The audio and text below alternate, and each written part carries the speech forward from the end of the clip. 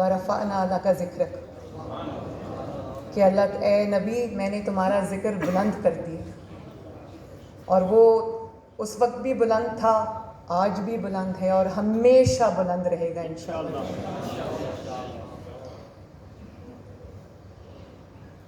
آج بہت بات ہوتی ہے ہیومن رائٹس کی، ویسٹرن ورلڈ میں بڑی بات ہوتی ہے ہیومن رائٹس کی، لیکن مجھے اس بات کی خوشی ہے کہ ہیومن رائٹس کا جو پہلا درس تھا، جس کی بنیاد رکھی گئی، وہ نبی پاک صلی اللہ علیہ وآلہ وسلم نے جو ایک باقاعدہ اسلام کی پہلی درسگاہ، اسلام کی پہلی یونیورسٹی جو مسجد نبوی شریف ہے، اس میں زمین پہ بیٹھ کر کھجوروں کی جو وہ چھال ہے اس کی چھت بنا کر وہاں سے جو آغاز کیا گیا، آج آپ دیکھیں کہ وہ تعلیم پوری دنیا میں پھیلی ماشاءاللہ۔ اور جو ہیومن رائٹس کی بنیاد رکھی وہ نبی پاک صلی اللہ علیہ وآلہ وسلم نے رکھی۔ جو آج جتنے بھی آپ ہیومن رائٹس میں کوئی بھی رائٹ اٹھا کے دیکھ لیں جن کو عقل اور دانش مانتی ہے، تو آپ یہ دیکھیں کہ وہ اس کی جو فاؤنڈیشن ہے وہ تب نبی پاک صلی اللہ علیہ وسلم نے رکھی تھی۔ اس کو ہیومن رائٹس کا، انسانیت کا پہلا منشور ہونے کی حیثیت اس کو حاصل ہے، اور اس میں ہر شخص کے، ہر انسان کے حقوق کا تعین کیا گیا ہے۔ آپ اس میں خواتین کو دیکھ لیں، جو معاشرے کے پسے ہوئے طبقات ہیں ان کو دیکھ لیں، جو تفریق کی جاتی ہے انسان کے اندر، امیر اور غریب کے اندر، کالے اور گورے کے اندر، وہ سب تفریق انہوں نے منع فرما دی۔ اور ایکوالٹی جس کی آج بات ہوتی ہے، اس کا سب سے پہلا درس جو ہے وہ جو حجۃ الوداع کے وقت میں جو پہلا چارٹر ہیومن رائٹس کا، انسانیت کا پہلا چارٹر جو ہے وہ نبی صلی اللہ علیہ وسلم نے دیا ہے۔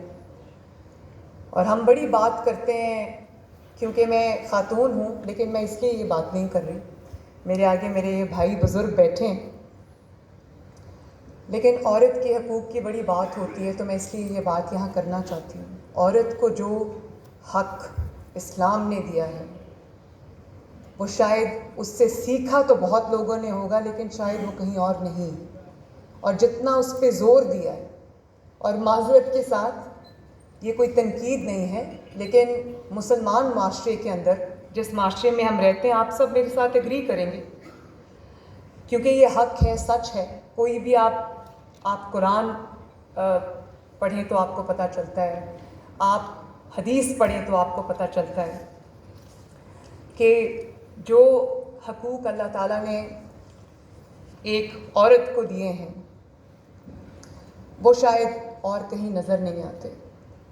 اور آج میں کچھ باتیں ایسی کروں گی جو کبھی منظر عام پہ کم آتی ہیں، زیادہ آنی چاہیے۔ شوہروں کے حقوق کی بات ہوتی ہے، بیویوں کے حقوق جو اللہ تعالیٰ نے ڈیفائن کر دی ہے۔ حدیث میں آتا ہے کہ تم سب میں سے بہترین شخص وہ ہے جو اپنی بیوی کے لیے اچھا ہے۔ اور پھر نبی صلی اللہ علیہ وسلم نے حضرت فاطمہ الزہرا کے بارے میں کیا فرمایا کہ میرے دل کا ٹکڑا ہے۔ جب حضرت فاطمہ الزہرا تشریف لاتی تھی تو نبی صلی اللہ علیہ وسلم کھڑے ہو جاتے تھے، کھڑے ہو کے ان کا استقبال کرتے تھے، ان کا احترام کرتے تھے۔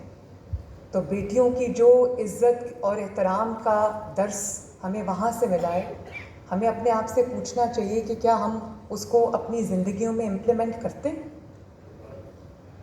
اور پھر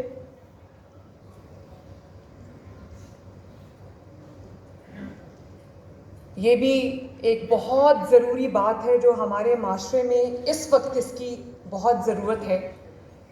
جب کسی کی بیٹی کی شادی ہوتی ہے، بڑی دھوم دھام سے ہم شادی کرتے ہیں، اس کو رخصت کرتے ہیں، اللہ نہ کرے اس کی زندگی میں کبھی کوئی پرابلم آتی ہے، اس کی نہیں گزارا ہوتا، اور وہ اپنے والدین کے گھر لوٹا دی جاتی ہے، واپس آ جاتی ہے، تو والدین سمیت ہمارے معاشرے کا یہ مائنڈ سیٹ ہے، سوسائٹی کا یہ مائنڈ سیٹ ہے کہ اس کو تانا دو، اس کو تنگ نظری سے دیکھو، اس کو ایک ڈفرینٹ اس کی طرح سیگمنٹ آف سوسائٹی کی طرح ٹریٹ کرو. حالانکہ ایک حدیث جس کا زیادہ ذکر نہیں ہوتا لیکن میں ضرور کرنا چاہوں گی، وہ حدیث یہ ہے کہ جب تمہاری کوئی بیٹی تمہارے پاس لوٹا دی جاتی تو اس کا جو حق پہلے سے زیادہ بڑھ جاتا ہے تم پر.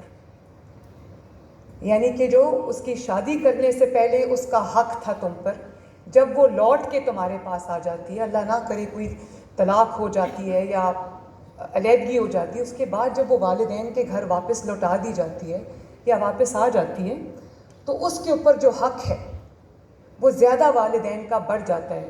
اور ایک اور حدیث میں آتا ہے، ایک اور جو روایت ہے اس میں آتا ہے کہ اس کی وجہ یہ کہ ایک تو وہ تمہاری بیٹی ہے، دوسرا اس کا دل زخمی ہے. اور ہمارے گھر میں خدا نخواستہ پڑھے لکھے گھروں میں بھی امیر اور غریب میں یکساں جب بیٹیوں کی بات آتی ہے، جب خدا نخواستہ بیٹی گھر واپس آ جاتی ہے اور اس کے دکھ کو دکھ نہیں سمجھا جاتا، اس کو تانا دیا جاتا ہے، اس کی تذلیل کی جاتی ہے اور اس کے اوپر وہ احکامات لگا دیے جاتے ہیں جو ہمارے شریعت میں نہیں ہیں، اور بیٹیوں کو بوجھ سمجھا جاتا ہے. میں بھی کسی کی بیٹی ہوں اور میں یہ سمجھتی ہوں کہ بیٹیاں جس طرح اپنے والدین کا ساتھ دیتی ہیں، اپنے گھر والوں کا ساتھ دیتی ہیں، ان کی قربانی ان کے لیے دیتی ہیں، تو حدیث میں ایک اور بھی حدیث ہے کہ جس نے 2 بیٹیوں کی اچھے طریقے سے پرورش کی وہ میرے جنت میں میرے ساتھ یوں ہوگا. یہ بھی بات ہونی چاہیے. میری آپ سب سے گزارش ہے کہ یہ بات بھی ضرور ہونی چاہیے. اور پھر بچیوں کی جو تعلیم ہے آج کل ہم دیکھتے ہیں اس کے اوپر بہت فتوے آ رہے ہیں. نبی صلی اللہ علیہ وسلم کا کیا فرمان کہ علم حاصل کرو چاہے تمہیں چین بھی جانا پڑے. اس میں مرد اور عورت کی کوئی تفریق نہیں ہے. ہم بیٹوں کو اعلیٰ تعلیم کے لیے بھیجتے ہیں، ہم بیٹوں کے لیے ہر وہ موقع پیدا کرتے ہیں جس میں وہ ایکسیل کر سکیں، آگے بڑھ سکیں. لیکن جہاں بیٹی کی بات آتی ہے کچھ ہمارا دل ڈر جاتا ہے. میں بھی 2 بیٹیوں کی ماں ہوں، مجھے احساس ہے اس چیز کا. اور کہیں ہمارے مائنڈز میں، ہمارے دماغوں میں، ہمارے خیالات میں تو وہ تفریق ہے جس کی وجہ سے بچیوں کے لیے وہ مواقع ان کو نہیں ملتے جس میں وہ آگے بڑھ سکے. اور زندگی میں کبھی ان کے اوپر کوئی امتحان کا وقت آئے تو ان کے پاس وہ امپاورمنٹ نہیں ہوتی جس میں وہ کسی پہ اگر بوجھ نہ بننا چاہیں تو ان کے ہاتھ میں بھی کوئی ہنر ہونا چاہیے، ان کے ہاتھ میں بھی کوئی تعلیم ہونی چاہیے. ہم بیٹیوں کی پرورش کرتے کرتے یہ بھول جاتے ہیں کہ خدا نخواستہ کل بچی کے اوپر کوئی مشکل آ سکتی ہے تو اس کے لیے اس کو ہم تیار کرنا بھول جاتے ہیں. تو یہ جو چیزیں ہیں ان چیزوں کے اوپر ہمیں پورا اس طرح کی بھی جو تعلیمات ہیں اس کے اوپر بھی ہمیں پورا عمل کرنا چاہیے. اور پھر جو نبی صلی اللہ علیہ وآلہ وسلم کی تعلیمات ہیں اس میں جو کوئی طبقہ ایسا نہیں ہے، کوئی سیگمنٹ آف سوسائٹی ایسا نہیں ہے جس کے لیے پورا ایک وے آف لائف، ایک چارٹر آف لائف، ایک طریقہ جو ہے وہ نہ واضح کر دیا گیا ہو. چاہے وہ بزنس مین ہوں، تاجر ہوں، سیاستدان ہوں، حکمران ہوں، چاہے وہ کوئی بھی ہو، مائنورٹیز ہوں. مائنورٹیز کے ساتھ دیکھیں آپ ڈیل کرنے کا طریقہ نبی صلی اللہ علیہ وسلم نے بتا دیا ہے کہ کسی کے مذہب کو برا نہ کہو کہ وہ تمہارے مذہب کو برا کہے. ہمارے ملک میں اقلیتیں محفوظ نہیں ہیں آج بھی، تو کیا ہم نبی پاک صلی اللہ علیہ وسلم کی سنت پہ عمل کرتے ہیں؟ ہم ہر بات پہ بندوق اٹھا لیتے ہیں، قتل و غارت شروع ہو جاتی ہے، دھمکیاں شروع ہو جاتی ہیں. دین کو جو انسان ریپرزینٹ کرتا ہے، جو ہمارے علماء کرام ہیں، جو ہمارے مولوی حضرات ہیں، جن کو ہم دین سے منسلک کرتے ہیں، جن سے ہم سیکھتے ہیں، ان کا جو عمل ہے وہ ایسا ہونا چاہیے کہ ان کو دیکھ کے دین سے محبت ہو جائے. میرے پاس بہت سارے میں ایک پینفل ویزیبلٹی کی جگہ پہ بیٹھتی ہوں، میرے سامنے جو چیزیں آتی ہیں میرے دل اٹھتا ہے. کبھی اس طرح سے جو ہے وہ اسلام کی، دین کی محبت لوگوں کے دلوں میں نہیں ڈالی جا سکتی. زور، زبردستی، لڑائی، مار کٹائی، اس خون بہانے سے، دھمکیوں سے یہ نہیں ہو سکتا. یہ ہو سکتا ہے دلوں کو اگر مسخر کرنا ہے تو وہ محبت سے ہو سکتا ہے. اور ہمارے جو دین کی تبلیغ کرنے والے جتنے بھی حضرات ہیں، دین سکھانے والے جتنے علماء کرام ہیں، اساتذہ کرام ہیں، معلم ہیں، ان کی اتنی بڑی جگہ ہے ہمارے دلوں میں، ہمارے معاشرے میں. ان کو معاشرے کا جو راستہ ہم نے ایز اے نیشن ہمارا جس کا تعین ہے وہ آپ لوگوں نے کرنا ہے. تو میرے پاس جب وہ تصاویر آتی ہیں، جب کسی مدرسے میں کسی معلم نے، کسی قاری صاحب نے، کسی قرآن پڑھانے والے نے، کسی حفظ کرانے والے نے جب بری طرح کسی چھوٹے بچے کو مارا ہوتا ہے. ابھی کل میرے پاس کچھ تصاویر تھیں، میں ان کو دیکھ نہیں سکی. پوری اس بچے کی، آئی تھنک 6 یا 7 سال کا وہ بچہ تھا اور کسی مدرسے میں پڑھنے جاتا تھا. وہ گردن سے لے کے پیٹھ تک اس کی پوری کمر جو ہے وہ ڈنڈوں سے نیلی تھی. تو یہ ہم جب وہ اپنے گھر واپس جائے گا، محلے میں واپس جائے گا، تو وہ کیا اپنے دماغ میں اس چیز کا امیج لے کے جائے گا. بچوں کو اگر دین کی طرف راغب کرنا ہے، قرآن اور سنت کی محبت ان کے دل میں پیدا کرنی ہے، تو وہ مار سے نہیں ہو سکتی، وہ پیار سے ہو سکتی. تو یہ کچھ آج ہم سب دعویٰ کرتے ہیں حب رسول صلی اللہ علیہ وسلم کا، لیکن ہر کوئی اگر اپنے اندر جھانک کے دیکھے تو اس کو پتہ چلے گا کہ یہ زیادہ تر صرف دعویٰ ہے. جب عملی نمونہ اس کا پیش کرنے کی، جہاں پہ زندگی میں اس کو اپلائی کرنے کی، یہ صرف دعوے کرنے کے لیے نہیں ہے. جیسے میں نے کہا کہ یہ ایک وے آف لائف ہے. کچھ بھی آپ کا کاروبار ہو، کچھ بھی آپ کا پیشہ ہو، تو وہاں پر جو تعلیمات ہے اللہ تعالیٰ کی، نبی پاک صلی اللہ علیہ وسلم کی، اس کو اپنے اوپر اپلائی کرنا، جب آپ کوئی مشکل فیصلہ کرنے جا رہے ہوں، یہ بہت ضروری ہے. میں جہاں پر بیٹھتی ہوں، حکمرانی جو ہے وہ ایک عیش اور عشرت نہیں ہے. حکمرانی اتنا بڑا بوجھ ہے، ذمہ داری کا، فرض کا، جواب دہی کا، کہ اس سے انسان کے کندھے جھک جاتے ہیں. اللہ تعالیٰ کو جو جواب دینا ہے، میرے پاس پنجاب میں 15 کروڑ کے قریب عوام ہے. اگر کسی کو روٹی نہیں ملتی، کسی کو سستا آٹا نہیں ملتا، کسی کے پاس گھر نہیں ہے، کسی کے محلے کی صفائی نہیں ہوتی، کسی کو علاج نہیں ملتا، تو میرے دل پہ، مجھے رات کو نیند نہیں آتی اس خوف سے کہ میں اللہ تعالیٰ کو کیا جواب دوں گی. اور میں روز جب گھر سے نکلتی ہوں تو میں یہ نیت کر کے نکلتی ہوں، میں اللہ تعالیٰ سے یہ دعا کر کے نکلتی ہوں، میں یہ کلمات رپیٹ کرتی ہوں.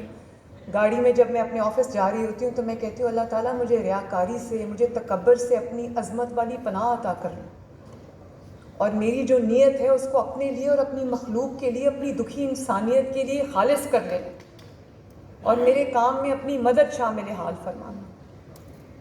اور جس جگہ پہ میں ہوں، اللہ تعالیٰ نے طاقت دی ہے، عزت دی ہے، پاور دی ہے. تو جب آپ کو اللہ تعالیٰ نے طاقت دی ہو، پاور دی ہو، مائٹ دی ہو، عزت دی ہو، اس کو ایسے استعمال کرنا کہ کسی سے تھوڑی سی بھی، چاہے وہ آپ کا بدترین مخالف ہو، کسی سے زیادتی نہ ہو جائے، کسی سے ظلم نہ ہو جائے. کیونکہ اللہ تعالیٰ غفور الرحیم ہے گناہ گار کے لیے. اللہ تعالیٰ ظالم کے لیے غفور الرحیم نہیں. ظالم کو اللہ تعالیٰ نے، جس کے ساتھ ظلم ہوا ہے، مظلوم کی جو کہتے ہیں آج جو ہے وہ عرش تک جاتی.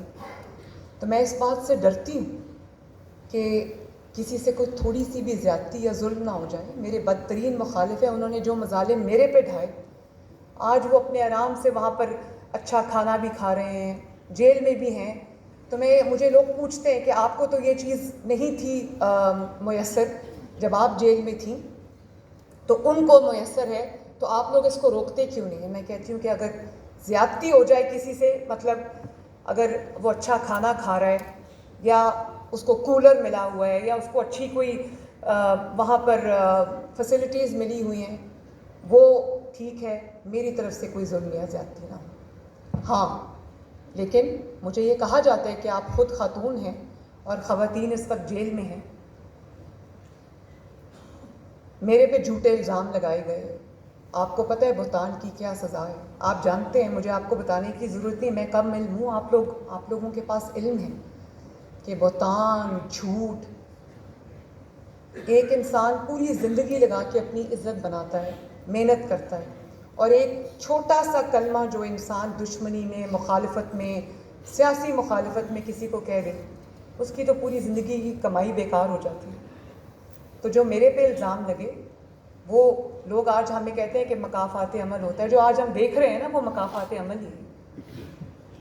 اور جو خواتین آج جیلوں میں ہیں, میں جو بے گناہ ہیں ان کی بات نہیں کرتی, لیکن جب اسلام میں کسی کے اوپر جو بہتان ہے یا الزام ہے, جہاں اس کی سزا رکھی گئی ہے, تو اگر کسی نے گناہ کیا ہے اس کی بھی سزا, گناہ گار کی بھی سزا ہے. اور صرف اس لیے کہ کوئی ایک عورت ہے, اس کو آپ سیاسی شکل دے دیں اور کہیں جس نے اپنے ملک پر حملہ کیا, جس نے قانون توڑا, جس کو پوری دنیا نے قانون توڑتے ہوئے دیکھا, اس کے لیے میرے پاس کوئی رحم نہیں. وہ اللہ تعالیٰ کا معاملہ ہے, وہ اپنا قانون, اپنا راستہ لے گا. لیکن اس بات سے مجھے ڈر لگتا ہے کہ کسی سے میرے ہاتھ سے کسی سے کوئی زیادتی نہ ہو جائے.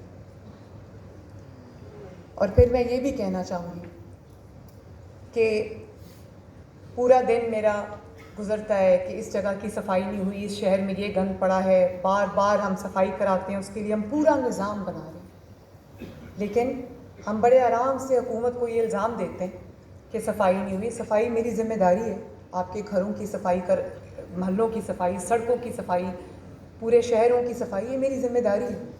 لیکن کیا ہم بطور عوام جو ہیں, کیا ہم اپنی ذمہ داری پوری کرتے ہیں؟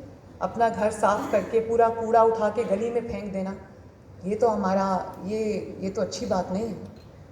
جبکہ ہمارا دین کہتا ہے کہ صفائی نصف ایمان ہے, آدھا ایمان ہے صفائی. اپنا گھر صاف کر کے کسی کے گھر کے آگے کوڑا رکھ دینا, یا جو کمیونل جگہیں ہیں, جو سڑکیں ہیں, جو محلے ہیں, ان میں یا پارکس میں کوڑا پھینک دینا, جہاں سے تعفن اٹھتا ہے, بدبو اٹھتی ہے, بیماریاں نکلتی ہیں, یہ بھی تو اچھی بات نہیں ہے. ہم بار بار صفائی بھی کراتے ہیں, لیکن بار بار وہیں پر جب میں دیکھتی ہوں کہ کوڑا پڑا ہوا ہے تو مجھے تکلیف ہوتی ہے دیکھ کے. اسی طرح میں خود آپ کو بتا رہی ہوں کہ جتنی کرپشن ہے ہمارے معاشرے میں, اس سے بھی دل کو تکلیف ہوتی ہے. خصوصاً جو حکومتی معاملات ہیں, جتنے بھی ہمارے حکومتی عہدیدار ہیں, چاہے وہ چھوٹے لیول کا ہو. ابھی میں صبح احکامات دیکھ کر آئی ہوں اسٹرکٹ ایکشن کے کہ گرفتار کریں. آپ جانتے ہیں کہ جو غریب لوگوں کی, مریضوں کی انسولین ہے, کروڑوں روپے کی انسولین اٹھا کے جو ہے وہ بیچتی, تو وہ انسولین کے بغیر ایک ڈائبٹیز کا مریض, شوگر کا, ذیابیطس کا جو مریض ہے, اس کو اگر زیادہ دیر انسولین نہ لگے, اس کو بہت زیادہ جو ہے اس کی صحت کو خطرہ ہو سکتا ہے. ان کی انسولین ہم اٹھا کے بیچ رہے ہیں. ان کو میں نے کہا ان کو پکڑے اور ان کو جیل میں ڈالیں. تو یہ چیزیں یہ صرف حکومت کی سطح پہ نہیں ہے, یہ ہمارے معاشرے میں کسی کا حق مارتے ہوئے ہم 2 دفعہ سوچتے نہیں ہیں. قانون ہمیں تب تک اچھا لگتا ہے جب وہ دوسرے کے اوپر اپلائی ہو. خود کے اوپر اپلائی ہو تو وہ قانون ہمیں اچھا نہیں. اشارہ توڑتے ہیں, ٹریفک قوانین کی خلاف ورزی کرتے ہیں اور پھر کہتے ہیں ٹریفک ٹھیک نہیں ہے. وہ بھی ہم کوشش کر رہے ہیں کہ ٹریفک جو ہے وہ ٹھیک کریں, لوگوں کے لیے آسانی پیدا کریں. اللہ تعالیٰ کہتا ہے لوگوں کے لیے آسانی پیدا کرو.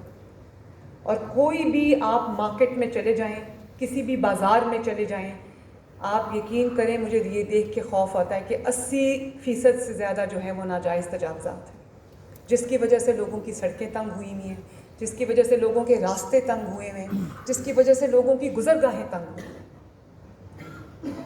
تو جب تک ہم اپنے دین کی جو تعلیمات ہیں, احکامات ہیں, ان کو اپنی زندگیوں میں اپلائی نہیں کریں گے, اپنی زندگیوں میں ان کا اثر ہمیں نظر نہیں آئے گا, تب تک وہ صرف دعوے ہیں, باتیں ہیں. اللہ کرے کہ میں اپنے آپ کو اس میں شامل کر کے کہتی ہوں کہ اللہ تعالیٰ کرے ہم جو دعویٰ کرتے ہیں اس کو ہم عملی شکل بھی دیں اور ہم بطور قوم بطور امت اپنا احتساب کریں کہ کیا ہم ان تعلیمات پر عمل کر رہے ہیں جن کا ہم بہت ادب سے محبت سے دعویٰ کرتے ہیں، نام لیتے ہیں۔ اللہ تعالیٰ ہمیں انٹروسپیکشن کی، اپنے اندر جھانکنے کی، اپنی اصلاح کی توفیق عطا فرمائے۔ اللہ تعالیٰ آپ سب کو سلامت رکھے، اللہ تعالیٰ ملک پاکستان کو سلامت رکھے، اور اللہ تعالیٰ ہمیں ترقی، امن اور خوشحالی نصیب فرمائے۔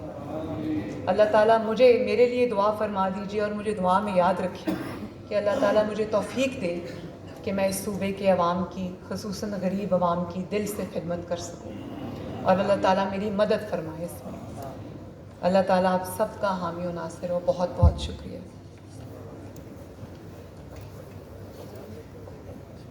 بہت شکریہ وزیر اعلیٰ پنجاب محترمہ مریم نواز شریف صاحبہ کا۔ بہت کمپریہنسو آپ کا خطبہ تھا، بہت سارے پہلوؤں کا احاطہ کیا۔